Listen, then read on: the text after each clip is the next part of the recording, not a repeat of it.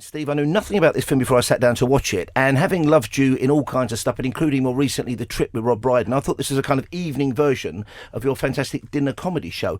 It couldn't be further from that, could it? How much can you tell us about the plot without giving away the incredible journey it takes us on? Well, no, it's not like The Trip, I can tell you that.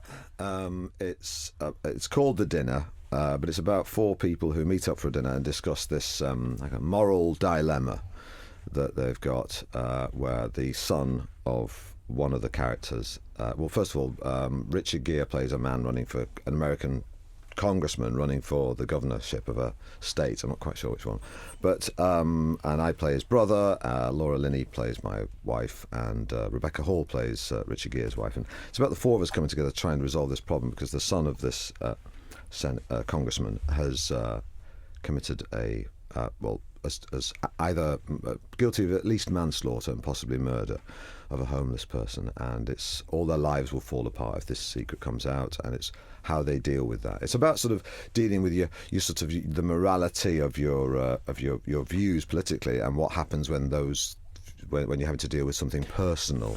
I read somewhere that your character, you're a school teacher, it says that your character's like a terrier who bites into his prey and doesn't let go. And this same reviewer said there's not a moment when you're not frighteningly honest.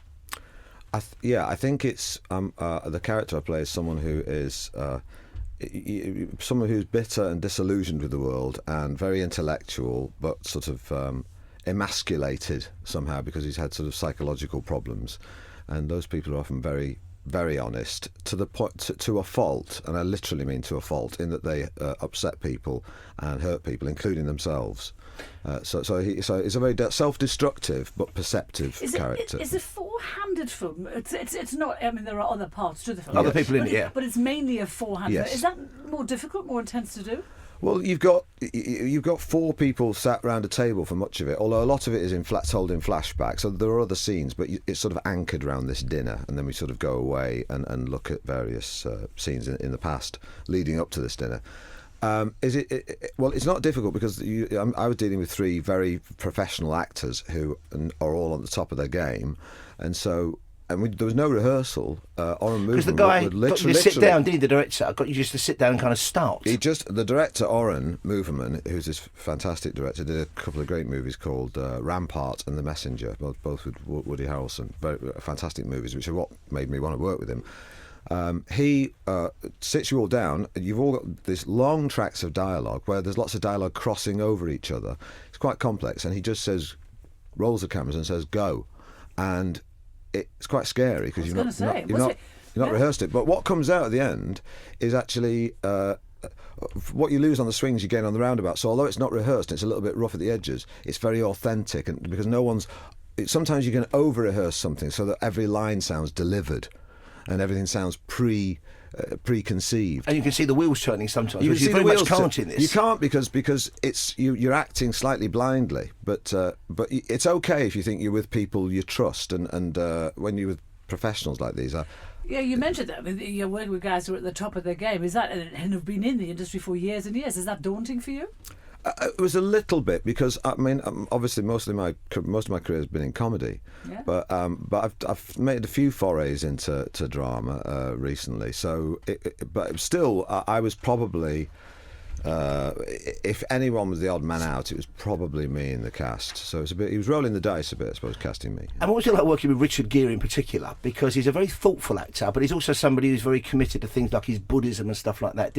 What did you talk about when you're not in front of the camera? Was he telling you about the Dalai Lama and stuff? The very first scene we shot was at Gettysburg, where it's a very intense scene between two brothers, where there's a lot of brow beating and chest pummeling and lots of introspection and tears and stuff. It was quite a tough scene to start with someone who's supposed to have been your brother for 50 years. But we jumped right into it, and it was great. He was very kind, and he gave me a hug when he met me and made me feel at home and comfortable. There was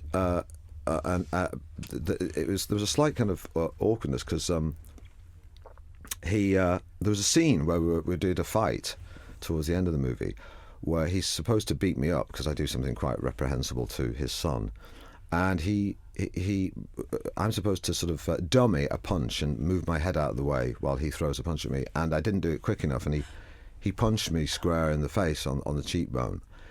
I mean, very hard. I shouldn't be laughing, but I'm laughing, I'm afraid. And it dazed me, and it was in the snow, and I fell onto the ground, and he went, "Oh my God, I hit him," and I got a black eye, right? But it was you could put makeup on to cover it, but it was a proper black eye, and I was holding an ice pack. We had to stop shooting. I was holding an ice pack over, but. What I found, I think Laura Linney went and spoke to Richard because Laura had seen a clip from The Trip where I take the mickey out of Richard's acting. Right? Where so I you think he did it on purpose? He came. It's a bit where I say this is how Richard Gere acts to Rob in the first series of The Trip, and as I was putting the ice pack on my head, he came over and whispered in my ear, "That's for taking the mickey out of me." No, he did. Do you think I'd let you get away with that? But he was joking because it was because I hadn't moved quickly enough. But he whispered that to me and then wandered off smiling. Do you think he was aware of The Partridge? Had he seen you in The Partridge? I think there's. I mean, I don't know. I mean, I think people in America are aware that I've got some traction here in the UK, and that I've got. Funnily enough, someone like Partridge never made it in America, but the sort of the comedy cognoscenti in America are very aware of it. But weirdly, because it never made it in America, it's actually mean that I get offered the kind of parts I probably wouldn't get offered here. Because I was going to ask you, do you think that the phenomenal success of Partridge has maybe hindered you thus far? In the UK, a little bit, but you can't complain because it's also given me lots of opportunities. So in the scheme of things, I'm very happy. But yes, certainly it's probably. I think when there's lists of. When you're also, I mean, I produce, I write, and I act. But when I'm also an actor for hire. You can rent me if you want. But the thing is, that has to be something whereby there's lists of people, and there's normally people at the top of the list who, when someone's making a film, they go through the list and they get to they check them off one by one when they say no. And I'm on those lists, but I'm quite far down it because I'm a sort of an odd choice for certain parts. So, I read a great quote from you where you once said that when you were doing lots of comedy, you still do, but where you said you were making your way in life just by being goofy in exactly the way your dad would have disapproved of. That's true. That is very true. I mean, my dad was, and still is, quite traditional in some regards. And I was going to call my book "Acting the Goat" because he was stop acting the goat and stop. Get a proper job. Behaving like a lunatic, and no one's going to. You're never going to. It was almost that worry I think they had was you're never going to get a job if you just keep behaving like an idiot. In actual fact, that's how I've made my career. Does he still feel like that? Does he still worry for you?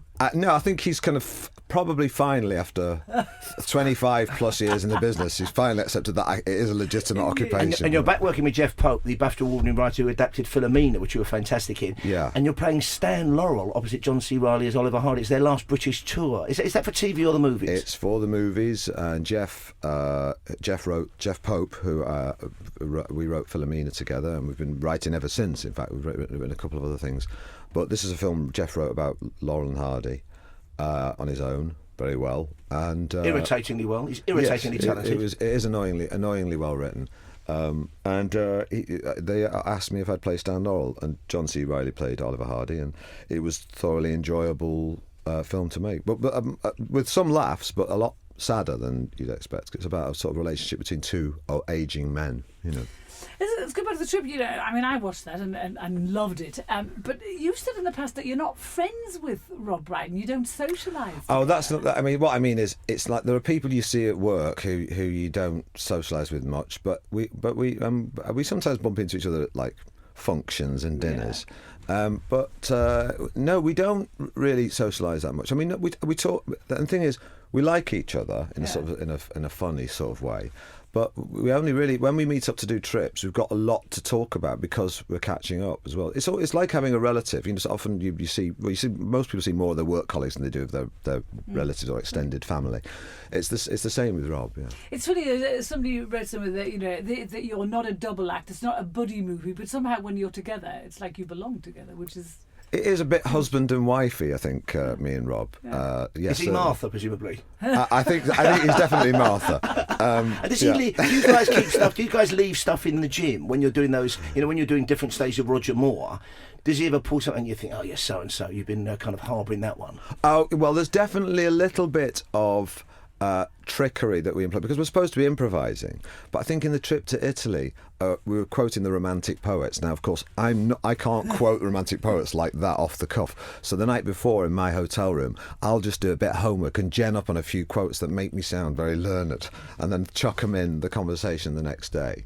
So sometimes I won't tell Rob I'm doing that. It worked, I saw it. It worked. You look very learned. Okay, so the film's called The Dinner. It's out even as we speak. It's a fantastic movie starring Richard Gere, yeah, all right, Laurel, okay-ish, Rebecca Hall, but above all, you're Steve Coogan, Our very with me, own Paul Russ, Steve Coogan. and Carole Malone on talkRADIO. Cheers, Steve. Thank you.